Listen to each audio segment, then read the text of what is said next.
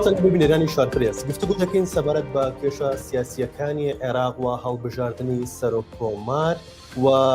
ململانەیە لە نێوان هێز و سیاسیەکانی لە نێوان هێز و لایەنە سیاسیەکانی عێراقدا بەگشتی و هێز و لایەنە سیاسیەکانی هەرێمی کوردستانیش لە نێو هەرێمی کوردستانیشدا بەتایبەت هەردوو هێزی سەرەکی یەکێتی نیشتیمانی کوردستان پارتی دیموکراتی کوردستان کە لە ئێستادا ململانەکانیان قوڵتر و چڕتر بوونەتەوە بەتایبەت لەسەر هەڵبژاردننی پۆستی سەرۆکۆماری عێراق کە سبەی بڕیارە لە ئەنجومەنی نوێنەرانی عێراق جارێکی دیکە دانیشتن ئەنجام بدرێت سەبارەت بە پۆستی سەرۆکۆماری عێراق و گفتوگۆ دەکەین لەسەر کاریگەری ناکۆکیەکان لە نێوان لایەنە سیاسیەکاندا لەسەر هەرێمی کوردستان و کێشەکانی هەرێمی کوردستان و پەیوەندیان بە هەڵبژاردننی پەرلەمانی کوردستانەوە کە بڕیارە لە 1 ئۆکتۆبەری 2022 هەڵبژاردننی پەرلەمانی کوردستان ئەنجام بدرێت بەپێی ئەو وادەی کە سەرۆکی هەرێمی کوردستان دیاری کردبوو. گفتوگۆی ئەم بابەتانە دەکەین لەگەڵ بەڕێز یاسین عەزیز شرۆڤەکاری سیاسی کە لە شاری هەولێرەوە بە شێوەیەکی ڕاستەوخۆ لەگەڵمانە. کاک یاسین سڵاوت دەبێ ئەم کاتت باش. ململانەکان قوڵتر و شڕتر بوونەتەوە بەتایبەت لە نێوان یەکێتی نیشتیمانی کوردستان و پارتی دیموکراتی کوردستاندا. ئەم ململانیانە تا چەند کاریگەری دەبێت لەسەر هەرێمی کوردستان؟ ئەو کاتتان باش قوربان، زۆر سوپاس. دیارە ململانەی یەکێتی و پارتی تازە نییە، ململانەیەکی کۆنە و هەر کاتێک ئەو دوو حیزبە دەسەڵات و امتیازاتی دەسەڵات لە هەرێمی کوردستان لە بەغدا دێتە پێش ململانەکانیان زیاتر دەبی بەداخەوە. دیارە بەردەوامبوون و ئاڵۆزتربوونی پەیوەندی نێوان ینی خراپی پەیوەندی نێوان ئەم دوو لایەنە بە دڵنیایی کاریگەری دەبی لەسەر دۆخی سیاسی و دۆخەکانی تری کوردستان. پێم وایە تا یەکێتی و پارتی لە ململانەیان دابن وەزعی سیاسی هەرێمی کوردستان لەگەر هەموو لایەنەکانی تری وەزعی چ ئابووری حتا وەزعی دەرونی خەڵکی وەزعی هەرێمی کوردستان خراپتر دەبێت. پێم وایە کە ئەم دووبەرە چیە و ئەم ناکۆچەی نێوان یەکێتی و پارتی ئەوها بە ئاسانی تاوانە بدیار چکار وەکو باسمان کرد باگراوندێکی مێژووی هەیە. ئەو باگراوندە مێژوێش کاریگەری خۆی دەبی هەردەم کە دەسەڵات یان وەکو کێکی دەسەڵات نزیک بۆ چ لە کوردستان چ لە بەغدا. کاک یاسین، چ یەکێتی نیشتیمانی کوردستان و چ پارتی دیموکراتی کوردستان وەک دوو هێزی سەرەکی لە هەرێمی کوردستاندا ئامادەن ڕێکەوتن لەگەڵ هەر لایەنێکی سیاسیدا بکەن لە بەغدا لە عێراقدا بۆ خۆیان لەناو خۆیانە ڕێکەوتن ناکەن لە پێناو مافەکانی گەلی کوردە؟ خۆی بەداخەوە کە ئەگەر بەهات بایە ئەو چێبڕچێ و ئەو ململانی و ناکۆچی و با بڵێن ئەو منافەسەی کە لە نێوان یەکێتی پارتی هەیە لەسەر مافەکانی گەلی کوردستان بایان لەسەر پاراستنی گەلی کوردستان و کوردستان باە ئەوە زۆر بە ئاسانی شەکان ئاسانتر دەبڕێگەل. بەڵام بەداخەوە وەکو باسم کرد کە ناکۆچی ئەم دوولایەنە لەسەر دەسەڵاتە لەسەر امتیازاتی دەسەڵاتە. بۆیە ئەم دوولایەنەی کە هەردووچیان ڕکابەری یەکترن ناگەنە ئەنجامێک ناگەنە ڕێکەوتنێک. ئەوانەی هەر لایەنی تر کە لە دەرەوەی هەرێمی کوردستانیان لە دەرەوەی ئەو دوو حیزبە کە لەگەڵی دەکەونە ڕێکەوتنە لە خزمەتکردنی لایەنێک لەو دوو لایەنە. بۆیە لەگەر خەڵکی تکە دەگەنە ڕێکەوتن لە نێوان خۆیان ناگەونە. پێم وایە کە تەفسیراتی زۆریان هەیە ئەم دوو لایەنە ڕۆژ بە ڕۆژ پەیوەندیەکانیان بەراورد خراپترەتی، چونکە پێشتر کاتێک کە ڕێکەوتنامەیەکیان هەبووە بەپێی ئەو ڕێکەوتنامەیە هەردوو لە دەسەڵات و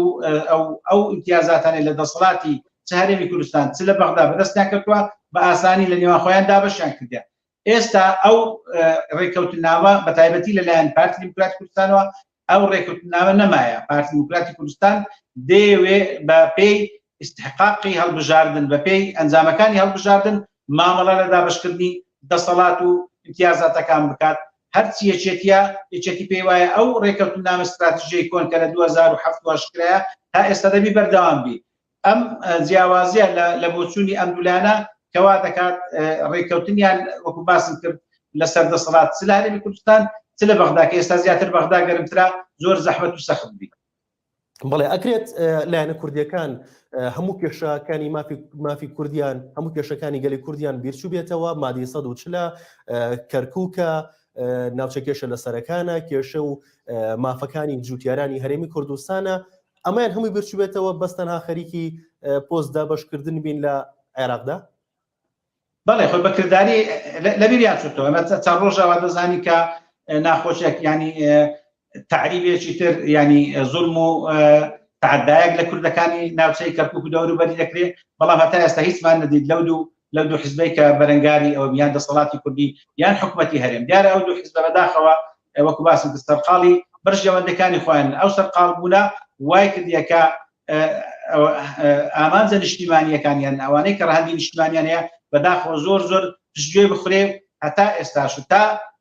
کێچی دەسەڵات لە عێراق دابش دەکرێت دوایە بین هەرێمی کوردستان ئەم دوو لایەنە لە ناکۆچی دابن ئەوە دیارە بەرژەوەندیەکان و بوونی کورد و هەموو ڕەهەندە نیشتیمانیەکان دەکەوتە مەترسی. بەڵێ سبەی دانیشتنی ئەنجومەنی نوێنەرانی عێراق ئەنجامەدرێت هەر تایبەت بە هەڵبژاردننی سەرۆکۆماری عێراق پێتان وایە دانیشتنەکە چۆن دەبێت و پێشبینیتان چییە بۆ دانیشتنە؟ خۆی تا ئێستا هیچ ڕێکەوتنێک و هەست هیچ شتی نوێ نییە بەڕاستی هەوڵەکان بەردەوامن بە پێی زانیاری من ئەمڕۆ لە نێو ماڵی شیعی لە بینی هەماهەنگی شیعەکان ئیتار کە پێی دەڵێن و لەگەر تەیاری سەدری وابزان دوا دانیشتیان هەیە ئەم شەو ئەم دوا دانیشتنە زیاتر بڕیار لە دانیشتنی بەیانی دەدا چونکە ئەگەر شیعەکان لە نێو ماڵی خۆیان ڕێکەوتن ئەوە بەتوانێت دەکرێت کە نیساب تەواو بکرێت لە ئەنجومەنی نوێنەرانی عێراق و پۆستی سەرۆک کۆمار و پۆستی سەرۆک وەزیرانیش یەکلایی بکرێتەوە بەڵام من پێم وایە کە شیعەکان هەموو لایەنەکانی تری عێراقی بە سونە و شیعەوە تا ئێستا چاوەڕێ ئەوە ناکە ئەو دوو حیزبە نێوماڵی کورد لە نێو خۆیان ڕێکەون بۆ پۆستی سەرۆک کۆمار تاوەکو هیچیان تووشی ئیحراجێک و ئەوە نەبن بەرامبەر چیەکێتی و چ پارتی ڕاستە کە ڕێکەوتنێکی سێقۆڵە هەیە لە نێوان سەدر و بەشێکی زۆری سونە و پارتی بەڵام هەر هەمیان چ ئەوانەی لە ناو ڕێکەوتنەکەدان چ ئەوانەی لە نێو لە دەرەوەی ئەو ڕێکەوتنەوەدان پێیان وایە و پێیان باشە و پێشیان زەرورە هەیەکێتی و پارتی بە ڕێکەوتن بێنە دانیشتنی ئەنجومەنی نوێنەران ئەگەر کەتە حاڵەتی ئەنجامدان بەیانی. بەڵێ بەڵام یەکێتی نیشتیمانی کوردستان و چەند لایەنێکی دیکە بایکۆتی دانیشتنەکەی پێشووی ئەنجومەنی نوێنەرانی عێراقیان کردبوو تایبەت بە هەڵبژاردننی سەرۆکۆماری عێراق پێتان وایە تاکو ئێستا کە ڕێکەوتن نەکرابێت بۆ سبەینێ بەشداری بکەن؟ خۆی لە عێراق مە لێ ڕاهاتووی مامۆستاکە کە زۆر جار لە ساتە دوا ساتەکانی پێش دانیشتن و شتەکان ڕێکەوتن نامە دەکرێت سەفەقات دەکرێت لە نێوان لایەنە سیاسیەکان تا ئێستا وەکو باسم کرد هیچی تازە نیە تا ئەو کاتی ئێمە قسەی لێ دەکەین هیچی تازە نیە ئەگەر وا بڕوە وەزعەکە ئەوە ئەنجامی بەیانیە یان مەسیری دانیشتنەکەی بەیانی هەمان ئەوەی دەبی کە ڕۆژی شەمە بوو من پێم وایە کە ئەگەر ینی بە پێی زانیاریەکانم تا وەکو زانیاری ئەگەر بەیانیش نەیانتوانی هیچ بگەرە ئەنجام و ڕێکەوتنێک ئەو بۆ چوار دوا دەکەوێت دانیشتنەکەی بەیانی. بەڵێ هەر لایەنێکیان چووی کەتی نیشتیمانی کوردستان و چپارتی دیموکراتی کوردستان پۆستی سەرۆکۆماری عێراق بە مافی خۆی زانێ هەر بەڕاستی مافی کامیانە؟ ناڵێم باسم کرد پێشتر کە ئەوە بەپێی ڕێکەوتنامەی استراتیژی کە لە نێوان مامزەلال خوای گەورە لێ خۆش بێت لەگەر کاک مەسعود بارزانی کە کرا ئەوە بوو کە پۆستەکانی نێوان هەرێم و بەغدا دابەش بکرێ بینی ئەو دوو حیزبە نێوان هەردووچیان بە تایبەتی پۆستی سەرۆک کۆمار بەرامبەر پۆستی سەرۆکی هەرێم بوو بەڵام وەکو باسم کرد پارتی ئێستا پێی وایە کە ئەو ڕێکەوتنامە وجودی نەما ینی بوونی نەما ئەو ڕێکەوتنامە و دەکرێت بەپێی ئەنجامەکانی هەڵبژاردن زۆری کورسی ئەوەی کە لایەنێکیتی ئەو پۆستانە ئەو بکرد بەڵام ئێستا کاتەکە درەنگە دەبایە هەردوو لا چیەکێتی چ پارتی ئەو ڕەهەندانە ئەو بابەتانە زووتر یەکلا بکەنەوە پێش ئەوەی کە بستنە ناو هەڵبژاردن ئێستا لەو کاتەکەمە و لەو کاتە ناسک و هەستیارەدا پێم وانی ئەو دوولایەنە بە ئاسانی بتوانن ئەوە بکەن بۆیە وەکو باسم کرد وەکو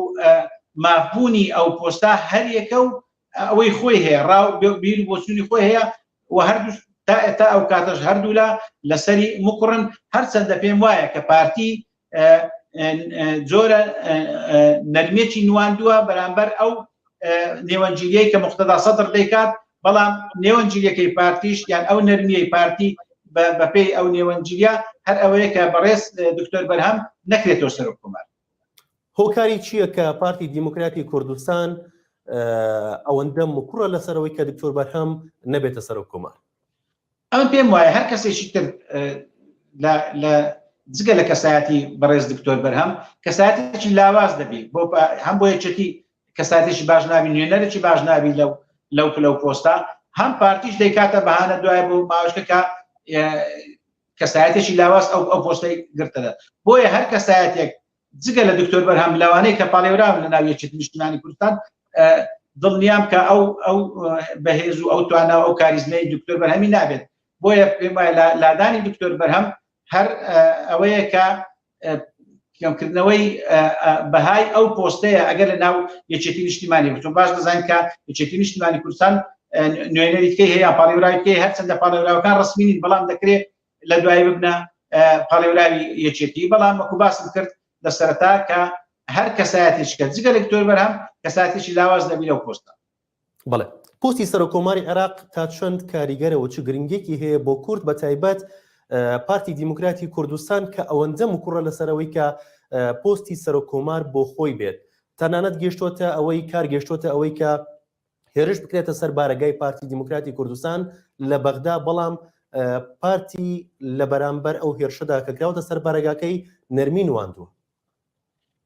پارتی دیموکراتی کوردستان لە کوردستان حکومڕانی بەڕێوە دەبێت، زیاتر دەسەڵات زیاتر لە لای پارتیە. بوونی پارتیەک لە سەرۆکایەتی کۆمار لە بەغدا پێم وایە هەماهەنگیشی باشتر بۆ پارتی دروست دەکات، وارووا دەبتە هاریکارێک بۆ حکوومەتی هەرێمی کوردستان تا تووشی قەیران بە تایبەتی قەیرانی دانایی نەبێت. بۆیە پارتی زۆر بەجددی لە دوو مەسەلەی پۆستی سەرۆکۆمارە کابتە هاوکاریەک بۆ بەڕێوەبردننی حکوومەتی هەرێم لە کوردستان. بەڵێ بۆ تا ئێستا نەتوانراوە بە جۆرێک لە جۆرەکان سوود لە پۆستی سەرۆکۆمار ببینرێت بۆ کێشە داراییەکانی هەرێمی کوردستان تا ئێستاە. بەڵام لەو ماوەی دوایی پاش وەرگرتنی بەڕێز مستەفا کاظمی، یعنی تا سەرۆکوەزیرانی عێراق دووربی لە حیزبێک، ینی سەر بە حیزبێک نەبی وەکوانەی پێشتر حەیدەر عەبادی و نووری مالیکی و ئیبراهیم جەعفەری و چێ تا ئەو جۆرە کەسایەتیانە حکومڕانی عێراق نەکەن، سەرۆکایەتی وەزیران نەکەن، پێم وایە مامەڵەکردن لە نێوان هەرێم و بەغدا باشتر دەبێت و هەروەها پۆستی سەرۆککۆماریش کاراتر دەبی و بەدەسەڵاتتر دەبی. ینی ئەو کەسە کوردەیان ئەو کەسایەتی کوردەی کە پۆستی سەرۆککۆمار دەبێت دەتوانێت بە ئاسانتر و نەرمتر بە باشتر مامەڵە لەگەر سەرۆک حکوومەتێکی عێراقی بکە کە حیزبی نیە. بەڵێ شرۆڤەکانی سیاسی باز لەوە دەکەن ئەگەر ئەو هێرشەی لە بەغدا کرایە سەر بارگای پارتی دیموکراتی کوردستان لە هەرێمی کوردستان بووایە پارتی وەڵامێکی دیکەی دەبوو، هۆکاری ئەوە چێگەرێتەوە. پارتی لە کوردستان دەسەڵاتی هەیە و هێزی هەیە، بەڵام بوونی بارگای لقێک لە بەغدایەکی کە فڕا تەنراوە بە هێزی چەکداری، پێم وانێ پارتی هیچ دەسەڵاتێکی هەبی بەسەر بەغدا. بۆ یەک لە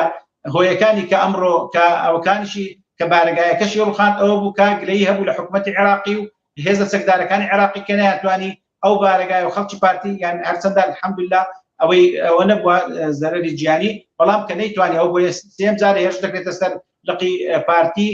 نەیتوانیە ئەو دەسەڵاتی لە عێراق هەیە، ئەو هێزە چەکدارە زۆرەی کە لە عێراق هەیە بە پۆلیسی فیدرالیشەوە نەیانتوانیە ئەو بارگایە بپارێزن. پارتی لە کوردستان دەتوانی کاردانەوەی هەبی کە دەسەڵات و هێزی هەیە، دەستگای ئاسایشیە، دەستگای پۆلیسی، حکومڕانیە، بەڵام لە بەغدا تا ئێستا هیچی لەو شتانەی لەدەست نییە. بەڵام دەوترێت نەرمینواندنی پارتی دیموکراتی کوردستان لە بەرامبەر ئەو هێرشەدا لە پێناو وەرگرتنی پۆستایە، لە پێناو ڕێکەوتنەکەیەتی کە لەگەڵ موقتدا سەدرا کردوێتی. ینی وەکو باسم کرد زیاتر ئەو مەسەلەیە کە دەسەڵاتی ینی چی بکە پارتی لێ، ینی ئەگەر مەسەلەن بایکۆتی مثلا هەموو ئەوە سیاسەکەی بکە، مثلا پرۆسی سیاسی بکە لە عێراق، پێم وایە زەرەر دەکەوە، هەرێمی کوردستانیش زەرەر دەکەوە و ناشکرێ کە هەرێمی کوردستان یان کە پارتی دەسەڵاتی لە هەرێمی کوردستان هەیە بەشێکە، ینی هەرچەندە دوورکەوینەوە نزیکەینەوە بەشێکە لە عێراق. بۆیە دوورکەوتنەوە لە دەسەڵات لە بەغدا ئەوە ئێستا ئەگەر نییە ینی هەرباسش بکرێ، بەڵام بۆیە پارتی پێی وایە کە دەکرێت مامەڵە لەگەر ئەوەکانی ڕۆژکەتانی گلەیی بکە زیاتر، پێم وانە زیاتر لەو گلەیە زیاتر بتوانێت تونتر بێت. بەڵێ ئەم ناکۆکیانەی نێوان هێزە سیاسیەکان بە تایبەت پارتی و یەکێتی تا چۆن کاریگەری دەبێت لەسەر هەڵبژاردننی پەرلەمانی کوردستان؟ یعنی بە دڵنیایی ئەمن پێم وایە ئەگەر لە مەسلەی بەغدا لەسەر پۆستی سەرۆک کۆمار و ئەو پۆستانێک کە لە بەغدا نەگەونە ڕێکەوتن هەڵبژاردن لە کوردستان دوا دەکەویان هەپێسی زۆریش دوا بکەوێ چونکە هەتا ئێستا هەموو لایەک دەزانی کە کێشە و ناکۆچیەکانیش لەسەر ئەو مەسەلەی لەسەر یاسای هەڵبژاردن لەسەر ئەوەی کۆمیسیۆنی هەڵبژاردن ئەو دوو لایەنە زۆر ناکۆکن لەو بابەتانە بۆیە پێم وانێ بە چەند ڕۆژێک بتوانن بە تایبەتیەوەی کە زۆر سەرقاڵن بە ئەوەی بەغدا بتوانن لە کوردستان بگەنە ڕێککەوتن. بەڵێ سوپاس بۆ بەڕێز یاسین عەزیز شۆڤەکاری سیاسی لە شاری هەولێرەوە بە شەویلکە ڕاستەوخۆ لەگەڵمان بوویت. سوپاس بۆ بینەرانی شارپرس کە تا ئێستا بینەرمان من هیوای کاتێکی خۆشتان بخواست.